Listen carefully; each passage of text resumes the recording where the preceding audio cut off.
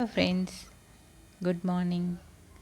ఇక్కడ చూసారా, ఒక అందమైన వర్షాకాలం.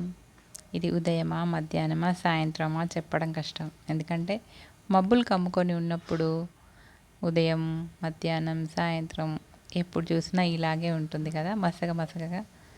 అప్పుడు మధ్యాహ్న సమయంలో అయినా సరే ఇట్లా లైట్లు వెలిగించుకొని ఉండాల్సిందే. కానీ ఈ అప్పటికి ఇప్పుడు ఎండాకాలంకి ఇప్పటికి తేడా ఏంటి? చల్లటి గాలి వీస్తుంటుంది, పచ్చని చెట్లు, అలా వాటిని చూస్తుంటే కళ్ళకు చాలా ఆనందంగా ఉంటుంది. అందంగా పూలు విరుస్తుంటాయి, చక్కగా ఉంటుంది.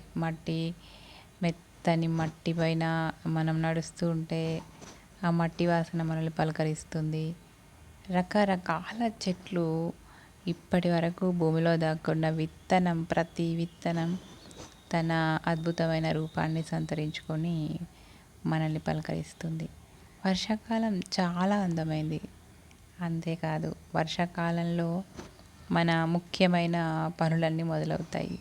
అంటే పిల్లలకి స్కూళ్ళు ప్రారంభమవుతాయి, అందరికీ కూడా సెలవులు అయిపోయి కాలేజీలు అన్నీ మొదలవుతాయి.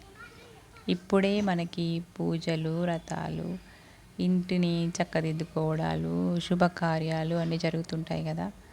కాబట్టి ఈ సీజన్లో చాలా పనులు చేసుకోవాలంటే ముందు మనం ఆరోగ్యంగా ఉండాలి. ఆరోగ్యంగా ఉండాలంటే ఏం చేయాలో అందరికీ తెలుసు. ఆరోగ్యం కోసం చేసే ప్రతి ప్రయత్నం వెనుక కొంచెం శ్రమ ఉంటుంది. ఉదాహరణకి, నడక చాలా మంచిది ఆరోగ్యానికని అనుకుంటే ఇప్పుడు ఈ వర్షాకాలంలో బయట నడవడానికి చాలా కష్టంగా ఉంటుంది. వర్షం పడిన రోజైతే అసలు వెళ్ళే పరిస్థితి ఉండదు. ఒకవేళ వెళ్ళినా నడవడానికి చాలా అనుకూలంగా ఉండదు. మరి ఎలా, ఏం చేయాలి?